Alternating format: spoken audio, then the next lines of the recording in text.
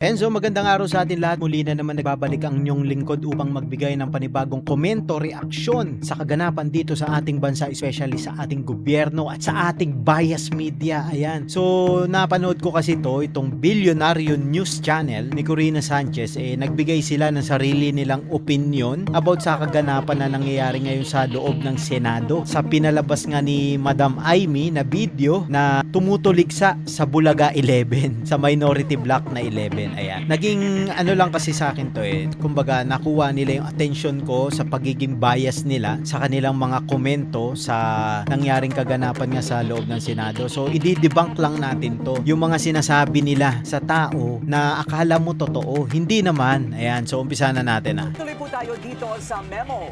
Hawsyaw, haka-haka, propaganda, fake news. Ganyan ang pagbatikos ng ilang mga senador sa video presentation ni Senator Amy Marcos. Ayon kasi sa senadora, tila may Constitutional Assembly plot para i-extend umano ang term ni PBBM at para harangin naman ang pagtakbo sa pagkapresidente ni Vice President Sara Duterte sa 2028. Ano ba ito? Puro away na lang ba talaga ang makikita natin sa Senado? Naniniwala ka ba doon sa opinion ni Representative Karin na ito'y delaying tactics? It's possible, di ba? Posible, oo. Kasi biglang nabuhay na naman yung usapin ng Chacha. Ang mainit ngayong paksa sa Senado, yung paghahanap kay Senator Bato. Alam mo, totoo naman, mainit talaga yung paghahanap kay Senator Bato. Pero kasi, kung wala silang tinatago about sa Chacha, hindi yan mabubulgar. 'Di ba? Kaya nga sinabi ni Lito Banayo na kapag tinanggi nila to, baka magulat sila. Magulat ang taong bayan pag sinabi ko kung sino yung nagsabi sa akin. 'Di ba? Panoorin pa natin. Yung nagpipinto ng impeachment trial ni Kaya VP nga. Sara, ng mga allies niya. Oo. So parang kailangan niya siguro na pan-deflect. Hindi yan pan-deflect, nag-convene naman yung yung Senado sa impeachment 'di ba? Nag-convene sila kaya paano mo sasabihin pan-deflect? Hindi naman pwedeng magpo-focus ka lang sa isang issue. Lahat ng issue bakit hindi nyo binabanggit yung flood control? 'Di ba? Bakit puro Duterte samantalang bilyon ang nakawan sa flood control, 'di ba? Bakit hindi nyo man lang mabanggit? Bakit ang focus nyo si Senator Bato? Hindi ko sinasabing wag kayo mag-focus, wag nyo banggitin, pero dapat patas, 'di ba? Kailangan banggitin nyo rin lahat ng issue, hindi lang yung kay Sara Duterte, Bato de la Rosa, 'di ba? Para iba naman ang mapag-usapan, mapagbuntunan ng... Hindi mapagbuntunan, hindi iba mapag-usapan. Kundi nandoon talaga yun Naayon yun sa panahon Nangyari. Paanong iba naman ang mapag-usapan? Lahat dapat pag-usapan. Kasi kapakanan ng bawat mamamayang Pilipino, yun nakasalalay dyan. Paano natin mapapanagot yung mga taong nagnanakaw sa kabanyaman ng Pilipinas kung hindi natin pag-uusapan? 'Di ba? Journalist kayo, 'di ba? Dapat alam niyo yun, dapat sinasabi niyo yun sa taong bayan. Hindi puro Duterte, Bato de la Rosa, 'di ba? Inis. Alam mo, Willard, kasi Administrasyon, kapag ganyan sila ng ganyan, nagkakaroon ng pattern of behavior. Di ba? Kung puro kalokohan ang mga sumunod dito sa nangyari sa Senado, pati yung nangyari sa Senado sa kanila. Oy, 'di ba? Kasalanan naman ni Matibag 'yun, di siya nakipag-cooperate O bakit Corina hindi mo ma-question yung ginawa ni Matibag? Bakit hindi nila maipakita yung warrant of arrest, 'di ba? Ng ICC. Pati yung coordination ng ICC sa Philippine government, 'di ba? Nasa Republic Act 9851, yung crimes against humanity, 'di ba? Nagaling yun sa Geneva Convention, inadapt natin, galing rin sa Rome Statute. Pero nakalagay doon, yun lang yung inadapt natin. Hindi kasama doon yung pangingelam ng ICC sa government of the Philippines, sa hudikatura, sa judicial system natin. Kailangan nila, kung gusto nilang maaresto ang isang Pilipino, magpapadala sila ng Interpol sa Philippine Court para ipakita yung warrant of arrest kung talagang totoo. Makikipag-coordinate sila. Bakit sila hindi nakikipag-coordinate? Di tinatapakan nila ang soberanya ng Pilipinas. Ganun lang yun. Corina, 'di ba? Ibibintang na delaying tactic talaga. Oo. At napapayag siya na i-withdraw. Kumbaga, i-strike off the record yung kanyang video. So, Paano hindi papayag? Umamin na Wala na siyang dapat ipagtanggol. 'Di ba? Inamin na ni Tito Soto pati ni Lacson. Sabi niya, hindi, ako yung tinutukoy ni Lito Banayo. Sabi ni Lacson. Bakit pa siya magpapaliwanag? Ibig sabihin, totoo yung pinapakita ni Senadora Amy Marcos. Paano mo naman nasabi? 'Di ba? Na winidraw niya kasi parang hindi niya mapatunayan na totoo. Inamin na nga ni Tito Soto na nandoon sila sa Soler Di sana kung walang ebidensya, walang nakakita, wala silang ibang kausap, 'di ba? Paano mo naman nasabi, 'di ba? siguro kasi hindi rin niya matuntunan. Bakit hindi niya maipaglaban na, teka, Paano nga niya ipaglalaban? Hindi na niya kailangan paglaban kasi umamin na yung mga sangkot sa nangyaring meeting about sa charter change, 'di ba? Nabanggit pa nga ni Tito Soto na magdadagdag ng senador, ang botohan ng senador per region 3 or 2, kaya tinatanong House Speaker Boji kung ilan yung kwarto sa pinapagawang bagong Senate building, 'di ba? Hindi mo ba narinig 'yon? Sandali, totoo talaga yan. Kailangan meron Hindi na nga niya kailangan i-depend eh. I-depense, 'di ba? Kasi umamin na nga yung mga sangkot. Isang malaking katangahan niyang sinasabi mo ngayon sa amin. 'Di ba? Halatang binabaliktad nyo yung mga pangyayari. Ang hindi mo lang pwedeng baliktarin dyan, umamin yung dalawang sangkot sa meeting. Si Lacson, pati si Senator Tito Soto, si Itbulaga. mamamahayag sa staff niya. Di ba? Kailangan Hindi niya kailangan ng bagong mamamahayag sa staff niya o mga editor. Kung ganyan lang ang ituturo, katulad nyo, di ba? meron siyang fact checker at saka magaling Oh, fact checker nga. Ang fact checker ni Senadora Amy, si Tito Soto saka si Lacson. 'Di ba? Pinatotohanan nung dalawa eh. Paano mo ngayon sasabihin na peke yung sinasabi ni Senadora Amy Marcos? Sige nga. Kwento mo sa pagong o gusto mo sabihin ko pa na pabor si Tito Sen sa charter change eh. O ito panoorin niyo to panoorin niyo. I have never been in favor of Chacha charter change. Never. From the day I became a senator up to the present. Ang Supreme Court pwedeng galawin ang konstitusyon, abay dapat galawin na namin sapat kami ang empowered to do so. O, di ba? Sabi niya, dapat galawin na namin kasi kami empowered to do so. Oh. Kung ang Supreme Court pwedeng galawin ang Constitution, dapat kami rin, di ba? I will support a Chacha at this. Ayun, I will support the Chacha. Pinagloloko tayo na itong mga media na to eh. Akala nila hindi tayo marunong mag-research eh. 'Di ba? 'Yun ang problema, Corina. Na dapat gawin nyo muna yung homework nyo bago kayo haharap sa publiko. Nakakahiya oh. Worldwide 'yan. Yung news channel nyo. Paano nyo ngayon sasagutin 'yan, 'di ba? O balik tayo dito kay Corina. na editor. Mapayuhan Siya na, kasi siya rin ang nasisira, Paano siya masisira nga eh? Umamin ngayon dalawa. Napabor sila sa pagpapalit ng konstitusyon, 'di ba? Kasi ganito lang 'yan, paliwanag ko sa iyo, Corina, para maintindihan mo. Ayan. Bago 'yan mag-propose ng charter change, syempre, magmi-meeting muna 'yan. Kasi gagawin nilang smooth yung transition. Pag-uusapan muna nila 'yan. Kaya nga nandoon sila sa BIP, 'di ba? Tapos may mga invited na from the government, former senator, former governor, former congressman. Yung mga talagang political analyst, 'di ba? Nag-invite sila ng mga ganun kasi gusto nila nang merong mga suggestion, 'di ba? Meeting nga eh.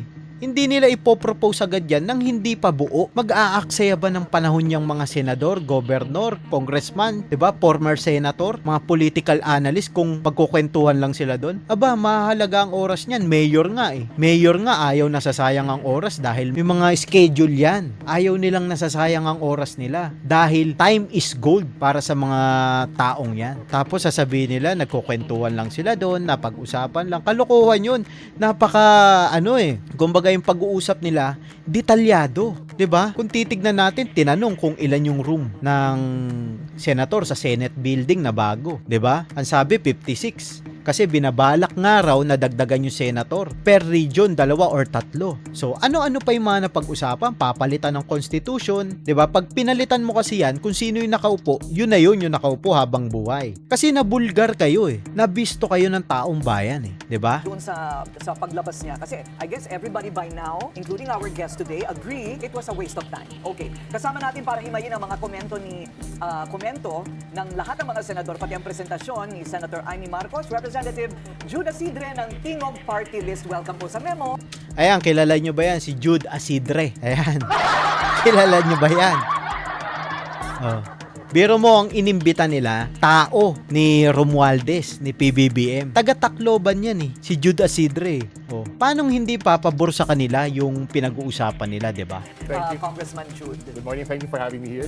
Yes, sir. So what did you think about the presentation? Well, sa totoo lang, tinawag nga namin political fiction, no? Kasi how else Political fiction. Ibig sabihin gawa-gawa lang.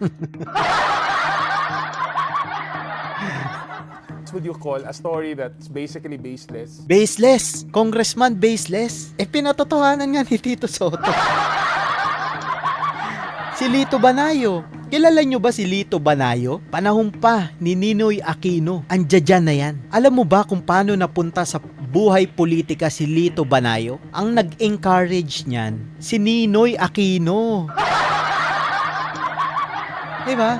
Ibig sabihin, noon pa nandiyan na yan, matatag ang sandigan yan. Malalim yan taong yan si Lito Banayo. Kapag nagsalita yan, talagang totoo. Tapos sasabihin nyo, baseless. Inunahan lang ni Senator Lacson nasabi niya, hindi, ako kasi nakausap ni Lito Banayo. Bakit pa kailangan ipagtanggol ni Madam Amy Marcos? Umamin na yung tatlo. Diba? Common sense, being promoted to elicit a certain reaction from the people. Ako, dun lang. Kasi kung titignan mo yung video, wala namang konkretong ebidensya. Walang konkretong ebidensya. Umamin na nga yung dalawa Nagkwento pa si Lito Banayo, 'di ba? Dalawang senador, si Tito Sen at saka si Senator Lacson. Itbulaga. 'Di ba? Umamin na nga It happened. There's no way of verifying any of the information that were presented. Hindi ko alam kung nanonood tong mga tao nito sa mga pinagko-komenta nila. Dito ko napapatunayan, matatalino tong taong to. Real talk yon. Nag-aral to, nag-masteral to. Hindi naman makakatungtong yan sa ganyan Pero kasi kapag money talks, everybody listen. Totoo yun. Diba?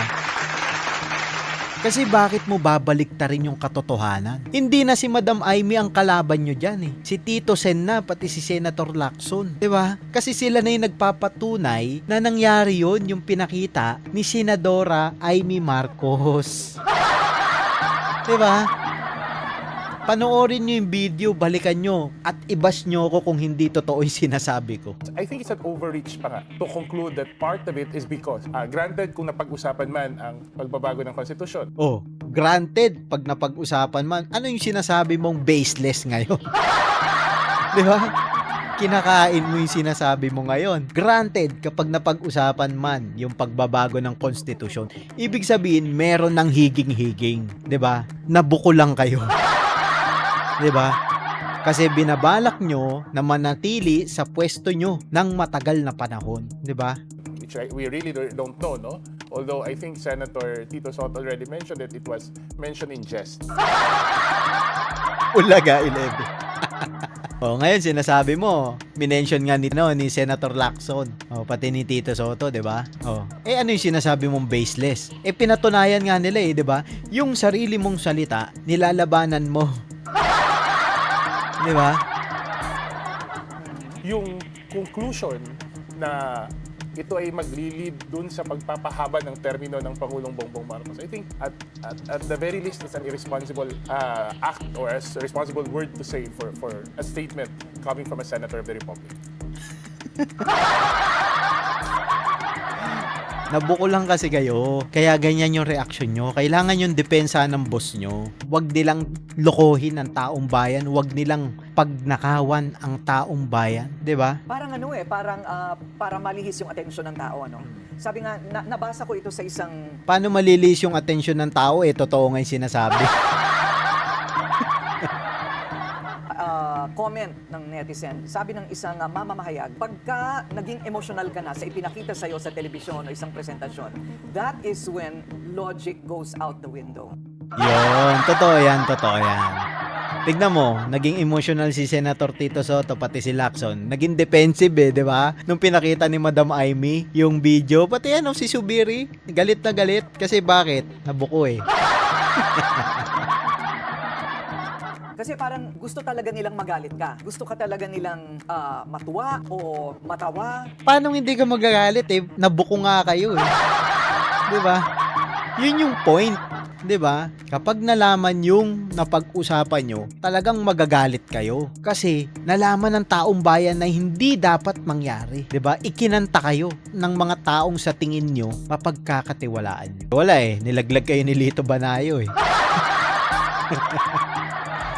Diba? Siya nagsabi nun, hindi naman kami. Tapos, si pinatotohanan naman ni Senator Soto, pati ni Lacson. So, si Madam Amy, labas na dyan sa usapan nyo. Kaya niya winidraw yun kasi sinabi ni Senator Alan. Di ba? Kasi nga, galit na galit si Subiri, pinapa-strike yung video. Pinatotohanan naman na ni Senator Soto, pati ni Lacson Kaya, kontento na ang majority block. Di ba? Ganun lang yung logic doon 'di ba? Kasi kung hindi mo pa i-withdraw 'yon, pinatotohanan nila, para saan pa, 'di ba? Okay na kasi nalaman na ng taong bayan na totoo yung sinasabi ni Madam Amy. Kaya pwede mo na siya i-withdraw. Hindi mo naman siya kailangan depensahan pa Hindi mo na kailangan magsalita kagaya ng ginawa ni Madam Amy. Hindi na siya nagsalita, withdraw na lang niya. Kasi hindi mo na kailangan ngang magsalita dahil pinatotohanan na nung tatlo. Diba? Na, malilis din atensyon mo sa lohika. Kumbaga yung emotion clouds your judgment. No? Oo. Nagdidilim yung paningin mo. Oo. Parang ganyan, no? Oy, Lacson, nagdidilim raw yung paningin mo, pati Tito Sen, no? ay, hindi. Si Subirin sinasabihan niya. Yun yung nagpapa-strike ng video Ano ba naman tong mga tao ni PBBM? Nag-aaway-aaway So do you believe, are you convinced that this was political? Definitely. The way na present siya. At una, katulad yung sinabi ni Wheeler Janine, hindi mo nang papag-usapan ng charter change Not in the House, not in the Senate. And Syempre naman, hindi mo talaga pwedeng pag-usapan yan. Kasi ang pagpaplano hindi agad sinasabi sa quorum. Hindi agad sinasabi sa session. Kasi kailangan mo i-present yan ng full package na. 'Di ba? Bago mo i-present yan, okay na, planchado na. Hindi talaga pwedeng pag-usapan yan. 'Di ba? Yung parang house-show lang na sinasabi nga ni Erwin Tulfo. 'Di ba? Totoo yun. Pag mimitingan mo na yan, kapag planchado na, fix na, o yung mga dapat i-revise, i-revise muna yon. Pag okay na, approve na sa lahat, sa kanila, ipapasa sa Congress at sa Senate. Ganun ang proseso sa gobyerno. Hindi ka pwedeng pasa lang pag-usapan basta-basta na wala namang proper procedure, na hindi naman kumpleto ang papel. 'Di ba? Huwag nyo naman gawin tangang tao, please naman. But even in the news, di ba? Hindi na papag-usapan lately ang constitutional change. And why now? At a time when all our folk Kasi hindi pa putok ang issue ngayon putok na. Di ngayon comment kayo. Your words against Tito Sen's words, pati Senador Lacson. 'Di ba? Kasi kayo na yung nagbabanggaan diyan, hindi na si Madam Amy Marcos hindi na si SP Alan, 'di ba? Hindi na majority block ang kalaban mo sa sinasabi mo, kundi minority block na. Pati words ni Lito Banayo, 'di ba? should be Any desire to prolong his term? Lahat naman dinideny diyan ni Presidente PBBM. Yung kagaya sabi niya, ang sabi niya raw sa NBI nung nasa Senado, umalis kayo diyan, pinaalis niya raw. Pero nasa ng NBI? Ando doon pa rin. Si Matibag naman, sabi niya, wala kaming tao sa Senate. Asa ng mga NBI? Nasa Senado pa rin. Diba? Kasi di na kami naniniwala sa mga pinagsasasabi ni PBBM Puro na lang kasinungalingan niya, 'di ba? Pagdating naman sa personal nilang buhay, labas naman kami ron. Kahit papaano naman nirerespeto natin sila. Pero dahil lumawak sila ng posisyon sa publiko, yun ang i-criticize natin, 'di ba? 'Di ba? Kasi mali yung ginagawa nila. Huwag nyo namang gawin tanga ang taong bayan, 'di ba? I think his previous statements, even as yung mga 2 years ago or 3 years ago, he has come very strongly na dapat hindi ma-amend ang Constitution. Alam mo, mahirap din naman kasi na ang At sasabihin niya talaga gano'n. Huwag i-amend, pero pag binulungan na niya, i-amend nyo. Ganon yun. Diba? Sasabihin niya sa harapan ng publiko, wag nyo i-amend. Pero iba ang usapan pag closed door na. Diba? Alam namin yan. papatulan lahat ng mga akusasyon. I mean, ilang beses ba niya kailangan sabihin na I am not going to extend my term? Tuwing may lalabas na nagsasabi nun. Lalo na ito, kapatid. Bakit pumutok yung charter change? 'Di ba? Common sense naman yan, Corina. 'Di ba? Common sense lang yan. Kasalanan nila yan Kasi alam mo, binibili nila yung mga tao, 'di ba? Binibili nila, invite nila sa ganito, papangakuan nila. Ang sagot lang diyan, paano natin napatunayan? Bakit yung flood control di nyo pa imbestigahan? Walang nakukulong. Ang sabi ni Saldico, 18 Marines si Romualdez. Bakit hindi natin imbitahan si Romualdez? Bakit pinipending ni Lacson yung hearing ng Senate Blue Ribbon nung nakaupo siya? Bakit sila takot na takot imbitahan si Martin? Nung nagsalita na si Martin, sino ang tinuturo? Ehekutibo. 'di ba? Kasi hindi nga raw siya ang pinaka-mastermind. Meron pang mas mataas sa kanya. Bakit hindi nyo ibalita 'yun, 'di ba? Iba niya. Oo, hindi ba? Tuwing may magsasabi na, nagko-cocaine si Pangulo, each and every time ba, kailangan niyang sagutin yon, hindi ba? Mauubos. Kailangan sagutin 'yun. Hinalal siya ng taong bayan, kailangan malaman ng taong bayan kung ano ba talaga ang totoo, 'di ba? Presidente siya, hindi siya pribadong tao. Naglilingkod siya sa taong bayan, kailangan malaman ng taong bayan ang totoo. Hindi siya pwedeng tumanggi, 'di ba? O hindi eto kapag napatunayan ni PBBM na hindi siya addict, ako mismo gigibain ko si Sara. Ako mismo babash ko si Sara, 'di ba? Bakit kasi hindi nila patotohanan na hindi sila addict, 'di ba? Hindi sila gumagamit. Yun lang naman ang hiling ng taong bayan.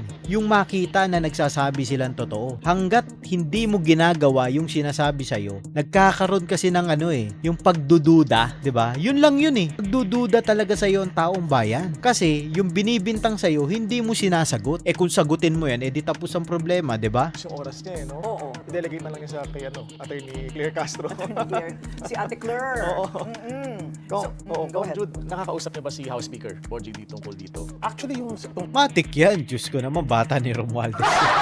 Ano ba namang mga tanong yan, Yan ba ang tanong ng mga reporter, 'di ba? Matik 'yan. Ang tamang tanong diyan, anong sabi ni House Speaker Bogie D gantong sitwasyon, 'di ba? Sa gantong paratang, 'di ba? 'Yun ang tamang tanong.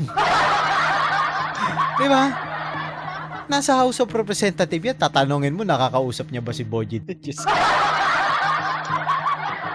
sa CONAS, never talaga yun napag-usapan. As of late, no? Sa Congress, especially in the 20th Congress, never napag-usapan ang issue ng charter change. Baka wala ka kasing bitaw. 'Di ba? Baka wala kang bitaw kaya hindi ka ini-include sa usapan. Kita mo ang imbitado doon sa VIP sa Soler. Dito Banayo, Senate President, Ping Lacson, Bogie D. Tas yung mga former senators, former congressman, governor, yung mga dikit nila. Baka hindi ka pa nakadikit.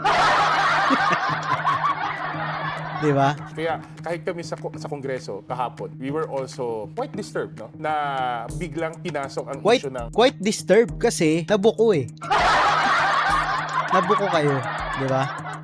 charter change. Unlike pinag-usapan nyo kanina, I think it's a clear effort to deflect the attention of the public sa mga issue na dapat pinag-uusapan nyo yun. At hindi ba pwedeng pag-usapan yung charter change? Kasama yun. Kasi alam mo kung bakit napakahalaga ng charter change? Ipinaglaban yun ng mga Pilipino noong 1987, 'di ba? Against Marcos, 'di ba? Bakit hindi mahalaga yung charter change? Lalo na't lumalabas sa publiko. Pinakita ko sa video ngayon, Sinabi ni Tito Sen, pabor siya sa charter change. 'Di ba? Kung ang Supreme Court ay pwedeng galawin ang Constitution, mas lalo ang Senado pwede raw. Yun ang sabi niya, sabi ni Tito Sen yun. Kayo na naman dalawa naglalaban.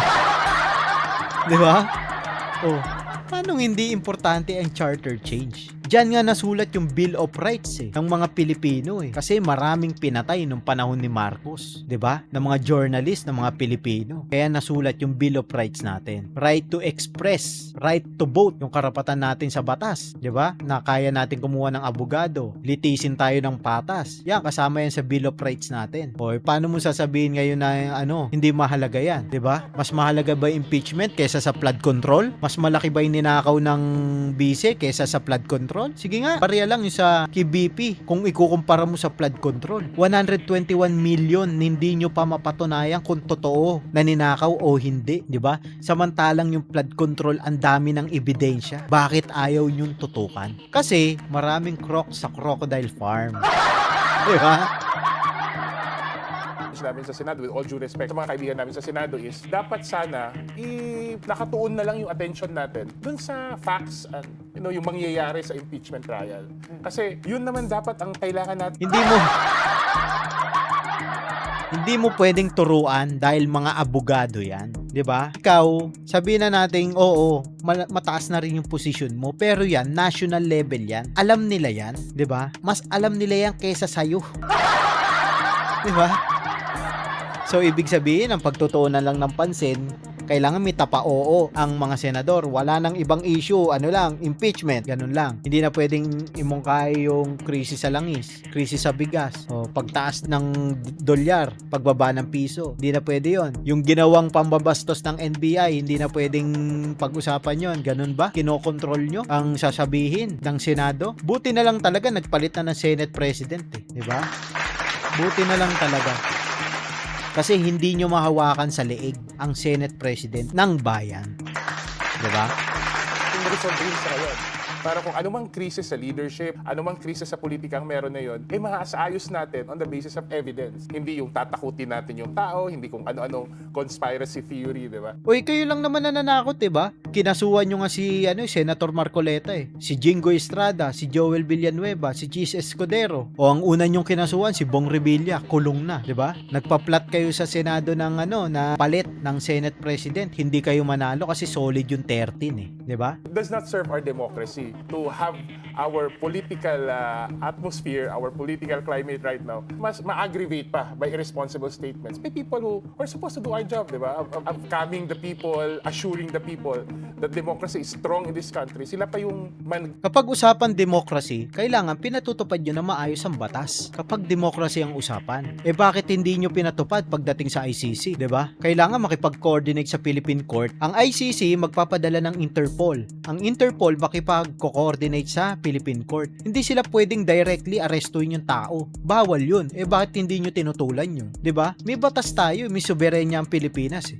Bakit binabypass nyo? 'Yun ang tanong, 'di ba? Pag-usapang democracy, 'di ba? Malaya ang Pilipinas eh. Sa pagiging malaya ng Pilipinas, nababakuran tayo ng mga batas na kailangan natin sundin sa pagiging malaya natin, 'di ba? Para maingatan yung kapakanan ng taong bayan. Kaya nandiyan yung mga batas na 'yon. 'Yun ang purpose nun. Para maingatan yung karapatan ng bawat Pilipino. Bakit binabypass nyo? 'Di ba? Pagdating kay Senator Bato, walang batas-batas, batas ng ICC lang, 'di ba? Ang sinasabi nyo yung RA 9851, hindi naman naka-include dun sa inadapt ng ating bansa yung pag-aresto ng ICC directly sa mga Pilipino, hindi naka-include dun. Kasi ang naka-include dun, kailangan nilang dumaan sa Philippine Court, sa korte ng bansa, bago sila mang-aresto ng Pilipino. Yun ang batas. Bakit directly inaaresto ang Pilipino?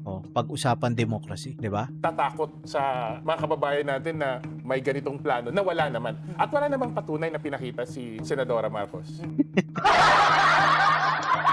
Meron nga ni... Di ba pinatotohanan na nga ni Senator Ping Lacson, pati ni Tito Soto, o Lito Banayo? Ibig sabihin, sinungaling yung mga taong yon. Ha? Senator, Tito Soto, sinungaling ka raw. Di ba?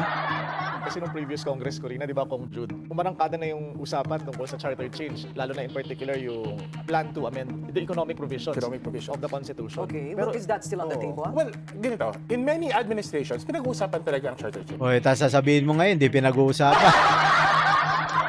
Diba, kinakain mo yung sinasabi mo eh. Diba? Huwag mong kakainin yung sinasabi mo. Kita mo, your words against your words.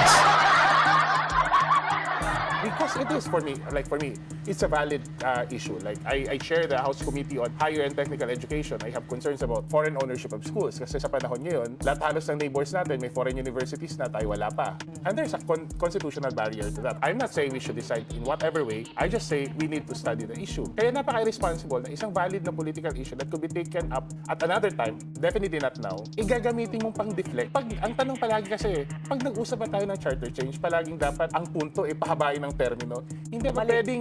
Hindi ba ganun ang nangyayari? 'Di ba? Alam nyo kung bakit ayaw nyo umalis sa kapangyarihan para hindi kayo makulong. 'Di ba? Kasi pag-usapang flood control na, lahat kayo damay dyan. Lahat kayo sa Congress, yung Crocodile Farm. 'Di ba? Yung bahay ng mga magnanakaw. 'Di ba? Yun ang problema. Lahat kayo damay. Kaya gusto nyo i-extend yung inyong panunungkulan sa gobyerno. Tignan natin na baka may pagkukulang. Kasi kung ako tatanungin mo, yung mga nangyayari minsan sa Senado, parang number one reason bakit kailangan natin magpalit ng konstitusyon. Diba? Alam mo, number one reason, kailangan magpalit na tayo ng presidente kasi binabara ko, binabraso lahat. Ha? Kung hindi pumunta ang NBI ron, walang gulo, 'di ba? Kung hindi nila binypass ang OSAA. Kung pinakita nila ng maayos, nakipag-coordinate sila ng maayos sa Senate, co-equal branch yan ng executive pati judiciary co-equal branch as a government institusyon Hindi sila nakipag-coordinate. Pinasok nila, binugbog pa nila yung OSAA security, 'di ba? Ano nangyari? Doon sa mga NBI na nagbugbog, wala, 'di ba? Binastos nila Sila ang may problema, hindi ang Senado. Kayo po ba ay sang-ayon sa aking pananaw na dapat AI na lang ang mga senador? Hindi totoo nga. Bakit po? Hindi ba? Oo, sang-ayon ako para maging AI ang utak nyo, nakapag-isip kayo ng tama. Kasi yung binibigay ng AI, tama yun, marunong makinig sa tao yun. Di ba? Ay, tapos na pala yung ating nire-review. Maraming salamat nga pala sa lahat ng tumututok sa ating content Maraming salamat sa pagsuporta nyo. Ayan, sana patuloy nyo akong suportahan at huwag nyo pong kalimutan mag-subscribe, like, and share. Please click the notification bell button para palagi kayong updated sa lahat ng ating uploads. So magkita-kita po tayo sa next video. Ayan bye-bye.